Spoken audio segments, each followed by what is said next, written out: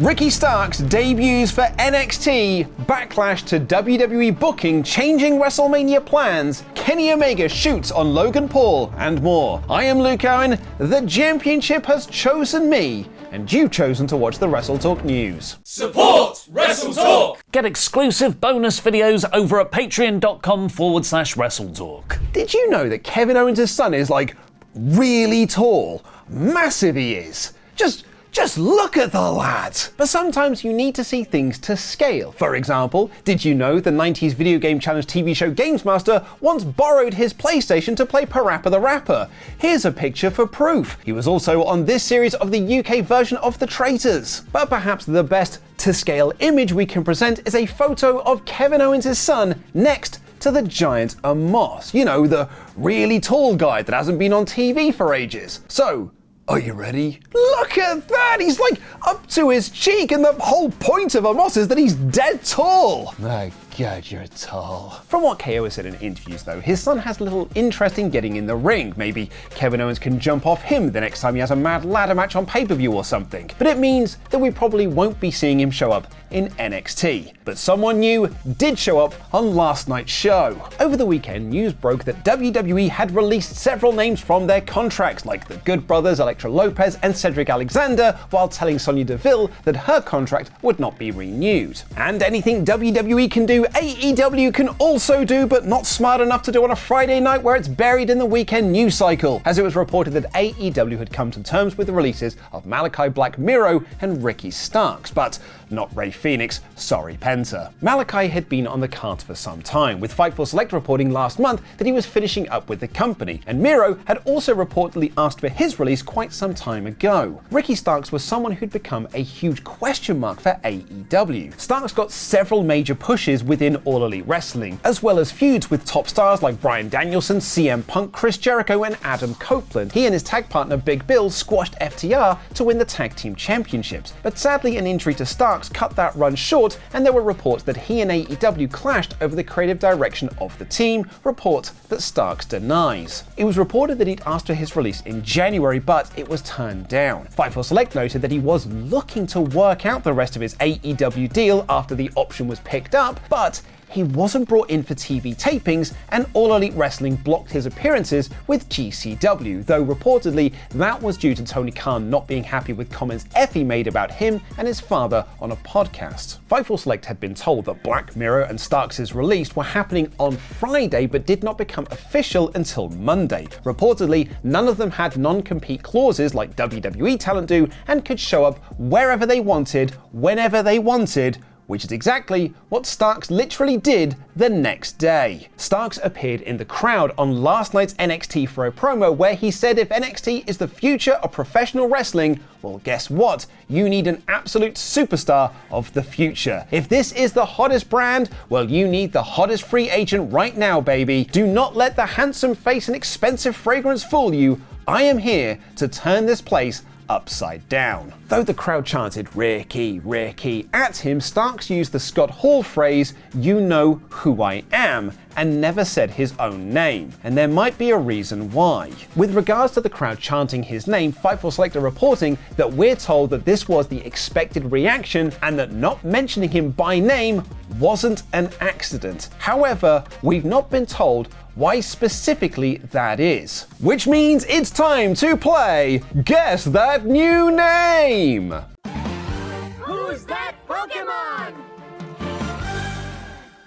Last week, it was reported that WWE had trademarked 12 new names for wrestlers, and if Ricky Starks is getting a new name change, which is not confirmed by the way, he could be one of these 12. Osiris Griffin, Hayes Jameson, Trill London, Harley Riggins, Summer Sorrell, Jax Presley, Mason Holiday, Draco Knox, Tate Wilder, Braxton Cole, Chantel Monroe, Araya Bennett. Which name would you pick for Ricky Starks? Let me know in the comments down below. Fightful Select also report that Starks was someone that WWE were interested in should he ever become available, and unsurprisingly, this deal came together very quickly, adding word of Starks being on the show circulated around the WWE Performance Center by about 30 minutes before the show. As to why he showed up in NXT like Brian Pillman Jr. rather than heading to the main roster like Pentagon Jr., Fightful Select report that WWE main roster sources told them that the majority of creative heading into WrestleMania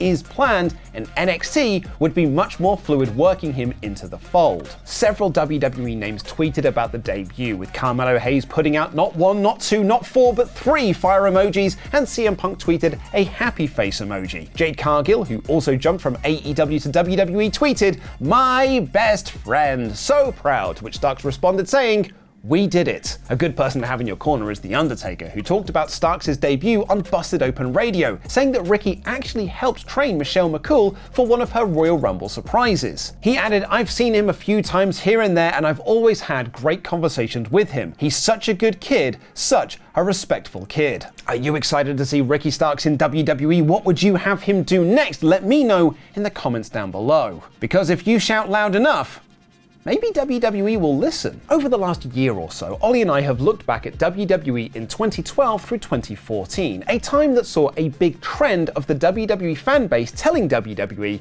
they did not really like what they were presenting and instead liked these guys over here. "We're sick of seeing John Cena and Randy Orton," they'd say. "We'd rather see CM Punk, Daniel Bryan and Zack Ryder instead." WWE responded to this by not pushing CM Punk as the top guy in the company despite being the WWE champion, burying Zack Ryder at every opportunity they could get, and giving Daniel Bryan's over yes chant to anyone not named Daniel Bryan. Though Bryan is an interesting case. When CM Punk walked out on the company in 2014, WWE had to shift their WrestleMania plans. Triple H no longer had a WrestleMania opponent, and the WWE audience were very vocal in announcing they had little interest in seeing Randy Orton defend the titles against a returning Batista. So WWE pivoted with the yes movement and pushed Bryan Danielson into a match with Triple H and the main event of WrestleMania, where he won the world title. I'm not saying that will happen with our next story, but it is one that could be interesting. Heading into the Royal Rumble, Drew McIntyre was one of the most captivating characters in WWE. In my personal opinion, his feud with CM Punk last year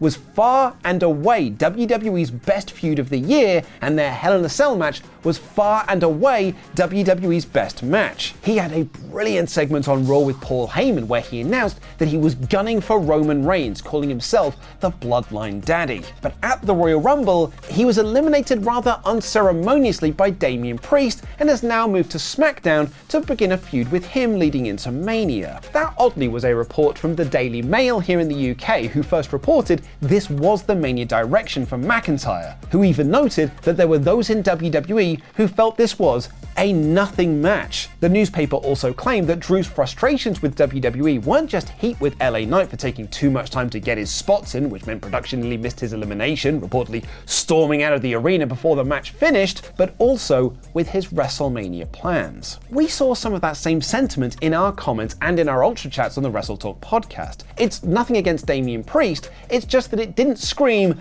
big-time WrestleMania match given the great 2024 that Drew had. And according to Chris Featherstone, so perhaps take this with some grain of salt, sources within WWE have informed me that the online backlash of Drew McIntyre's potential WrestleMania opponents has opened up internal discussions to re-evaluate current plans. Online Backlash, name of your 2012 iPay-per-view. There was also some online discussion that Jey Uso winning the Royal Rumble was a last-minute call, given so much of the focus of the build was put on CM Punk, Seth Rollins, Roman Reigns, and John Cena, and Jey vs. Gunther had literally been done the week before on Saturday night's main event. However, Fightful Select report, Jey Uso had been planned to win the Royal Rumble for quite a while. Jey Uso officially picked Gunther for WrestleMania 41 on this past Monday's Raw, and that show also saw Liv Morgan and Raquel Rodriguez lose in a great match against Damage Control, which also saw Morgan get busted open above her eye. Fightful Select report that she got the injury from a knee strike, but adds word backstage was that she appeared to be okay,